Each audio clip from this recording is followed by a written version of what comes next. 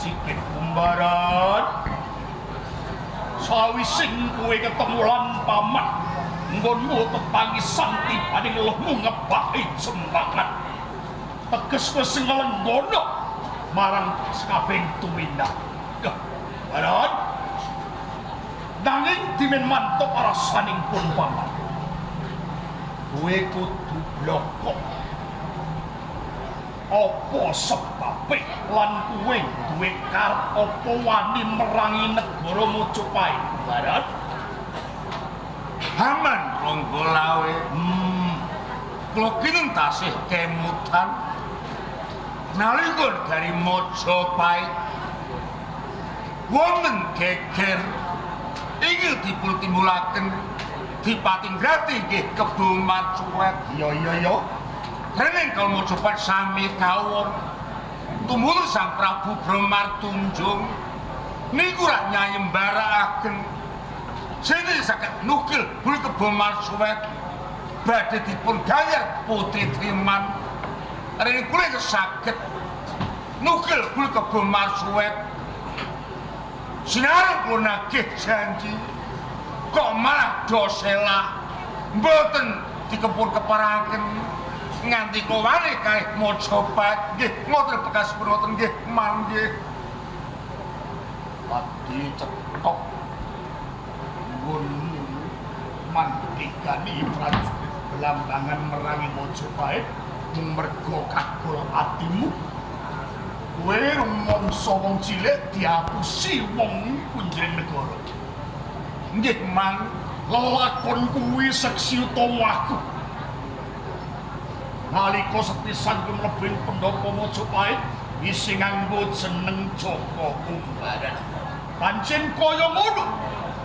Mencari dawuh kersa dalem sinuwun Prabu Bramartunjung. Nanging tulip. Kowe kudu ngene. Yen rupamu bagus, ya mergo kowe ngelabui negara Majapahit mungsuh lan Kebo Macuwet.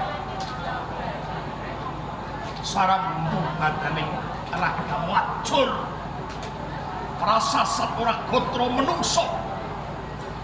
Niki wis semono jinangkung dening Bathara Kebo Macuwet mati saka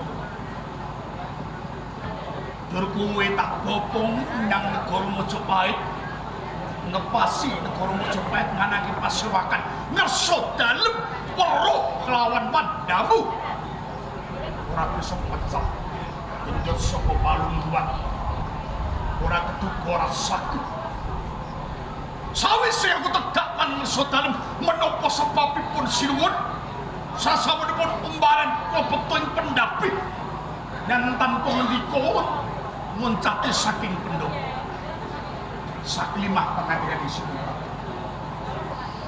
lawe kowe minangka bakal wakil umbaran papan king Pantusodo men bisa waloyo kejaba kuwi layang pikukuh kanggo kekuatan yen kowe nampa ganjaran bumi ing Brang Wetan nalika semono isih wujud ribebondotan adiling Bathara bumi tok babak dadi kutha gedhe yang Blambangan kowe kang menang suwi iku wujudake ganjaran apa isih kurang trima kowe Haman Ronggolawe kula sampun trima awit ageng paliwur menandang Sang Prabu Bramartunjung ya mang nalika semanten dia usbose tak tasih alit rening nek sampun disoduh Paman Ronggolawe negari Majapahit kumangsa ing kagungan nanging sebuti kedah dadi bojo kula ngoten nggih mang Kumbaran kula mang pindho bocah cilik rapat ngempet yen aku krungu swaramu kaya ngono ning bawaning aku prajurit kang kudu bisa memperlakon kentok timbulke. Iya, ora luput. Yen kowe nuntut ahli perkara pancen kaya ngono. Nanging iki putusane ira. Kumbaran, kula maman tak jarwane yo. Yen kelakon yen kelakon kowe Dauk lan Sri Subasiti iki apa ono bakal ratu nyembah ora lamane bupati. Man, kula ngrumosi tiyang alit. Lajeng dosa napa? Kula omah-omah Ratu Majapahit, man.